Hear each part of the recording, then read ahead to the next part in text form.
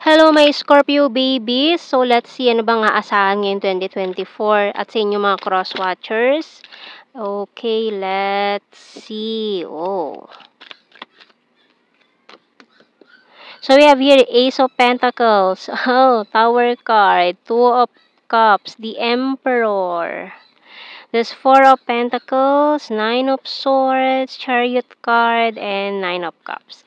Bottom card, King of Wands. Okay, so ito mga nagpaiyak sa'yo ngayon 2023, ha? Nako, manda sila. So ito mga taong ito na nag-cause ng a lot of burdens, itong mga taong ito na naging dahilan kung bakit maraming gumuho, bumagsak sa'yo ngayon 2023, maraming nawala ngayon 2023, maraming kapalit ito ngayon 2024, my Scorpio babies. So, tingnan natin. Mukhang sasampalin yung mga taong to na nagpaiyak sa'yo.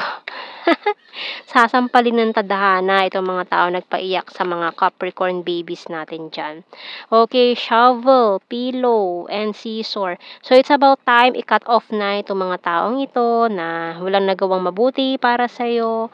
And, ayan, mag-heal na from the past, no? So, mag-focus na lang tayo sa mga important persons, important matters ngayon 2024.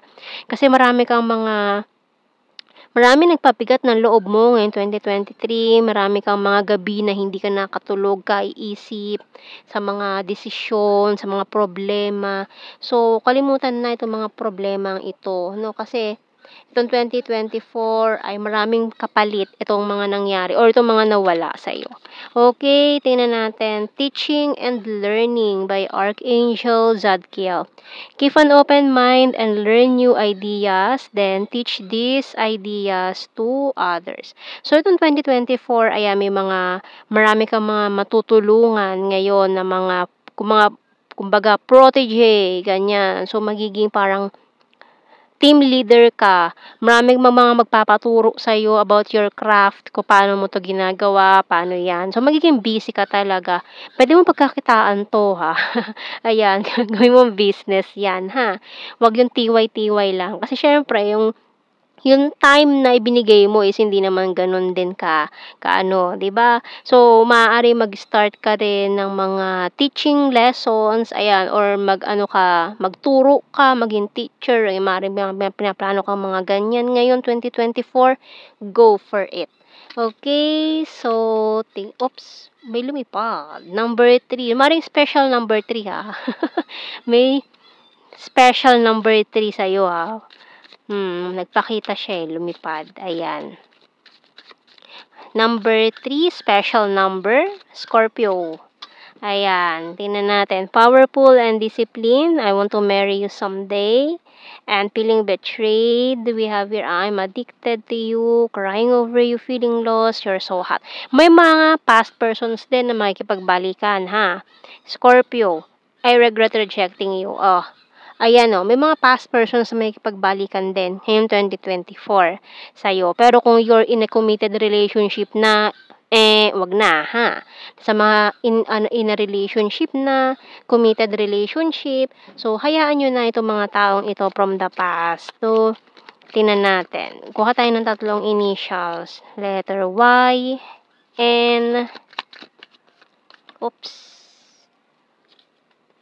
and nahulog ang letter V. Ayan, ang ating mga initials for you.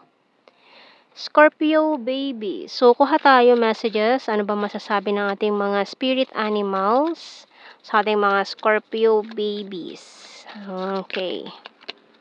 We have here Hawk Spirit. Let Spirit be your guide. Rhino, overcome any obstacle. And the groundhog, time to let go. Ayan time to let go. So, kailangan mo nang bitawan to mga taong ito. Kung may bumalik man sa yung past person ngayon 2024, bitawan mo na, lalo na if you're in a committed relationship na ngayon.